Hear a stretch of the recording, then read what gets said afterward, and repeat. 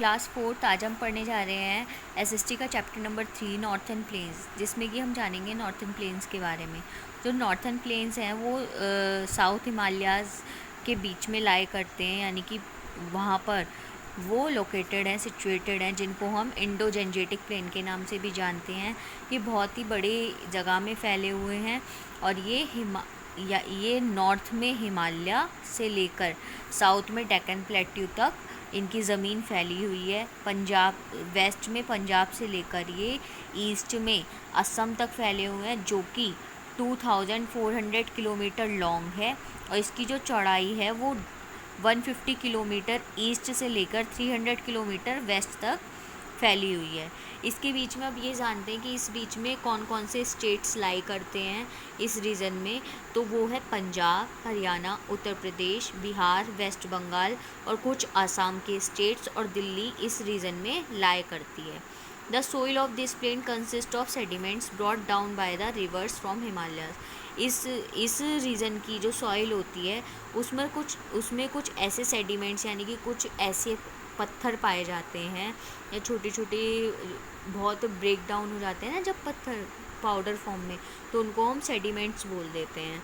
तो जो कि हिमालय में जो नदियाँ बहती हैं उनमें जो हलचल होती है या नेचुरल कैलेमिटीज़ की वजह से जो बनते हैं वो इसमें पाए जाते हैं, और ऐसे प्लेन को हम एलुवियल प्लेन के नाम से भी जानते हैं।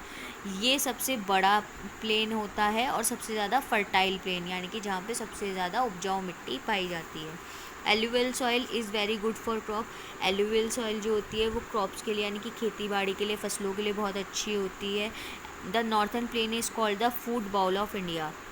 जो नॉर्थर्न प्लेन है उसको फूड बॉल यानी कि खाने का कटोरा बोला गया है इंडिया के लिए। As this is a major crop growing area. इसी एरिया में सबसे ज़्यादा खेती बाड़ी होती है and the thickest populated region in the country, और सबसे ज़्यादा लोग इसी कंट्री में पाए जाते हैं यानी कि इंडिया में। अब basin is the total area drained by a river and its tributary. जो बेसिन जो एरिया है वो ऐसा एरिया है जो कि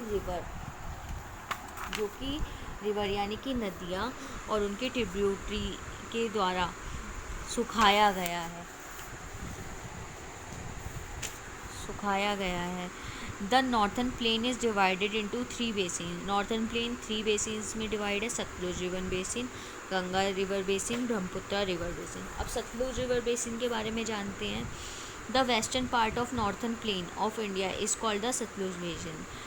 जो हमारे नॉर्थर्न प्लेन का वेस्टर्न पार्ट है उसको हम सतलुज बेसिन के नाम से जानते हैं, जिसमें कि सतलुज रिवर और उसकी tributary river Beas drains the low land of Punjab and Haryana forming the Sutlej basin. यानी कि सतलुज रिवर, उसकी ट्रिब्यूटरीज और पंजाब की लोलैंड और हरियाणा की लोलैंड मिलकर सतलुज बेसिन फॉर्म करती हैं। Then it enters into Pakistan to join river Indus, और फिर ये पाकिस्तान में एंटर करती है, जो फिर किस रिवर को ये जॉइन कर लेती है? इंदज रिवर को। The climate here is very hot in summer. इधर गर्मियों में क्लाइमेट बहुत ही ज़्यादा गर्म हो जाता है और बहुत ही ज़्यादा ठंडा हो जाता है सर्दियों में।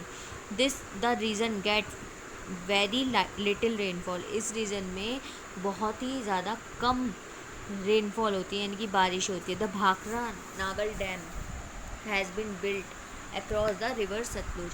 भाखरा नागल डैम जो है इस सतलुज रिवर पर बनाया गया है, जो कि वाटर प्रोवाइड करता है किसको? Irrigated land and to produce electricity, बिजली बनाने के लिए और उपजाऊता के लिए। Ganga river basin is the largest part of the northern fertile plain. Ganga river basin जो है सबसे बड़ा भाग किसका है? नॉर्थर्न फर्टाइल प्लेन का। It originate in the Himalayas at Gomukh. ये कहाँ से बनी है? हिमालय में गोमुख नाम की नदी से। Gangotri is an icy glacier. Gangotri एक बर्फ़ वाला ग्लेशियर है।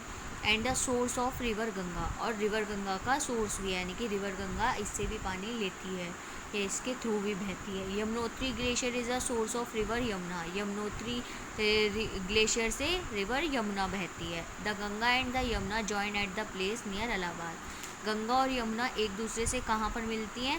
इलाहाबाद के पास एक जगह पर, और उसी को हम संगम का नाम दे देते हैं।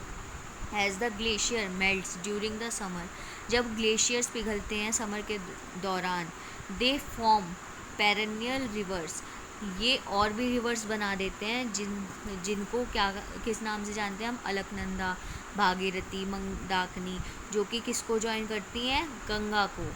And by the time the river Ganga reaches the plain and enters Haridwar, और उस टाइम पर जो रिवर गंगा होती है वो प्लेन पर पहुंच जाती है और कहाँ एंटर कर लेती है? हरिद्वार में। और it becomes a big and mighty river carrying a large volume of water, और ये बहुत ही बड़ी और गहरी नदी बन जाती है जिसके पास बहुत लार्ज वॉल्यूम में पानी मौजूद होता है। Other than Ganga a large number of other rivers also flows through the northern plain, Ganga के अलावा बहुत सारी रिवर ऐसी हैं जो नॉर्थन प्लेन में बहती हैं, नॉर्थन प्लेन के थ्रू बहती हैं। वो कौन सी हैं? यमुना, घाघरा, गंडक, कोसियान, Brahmaputra. River Chambal, Betwa and Son join the Ganga from the south, Chambal, Betwa and सन नाम की जो रिवर है वो गंगा को साउथ से ज्वाइन करती हैं।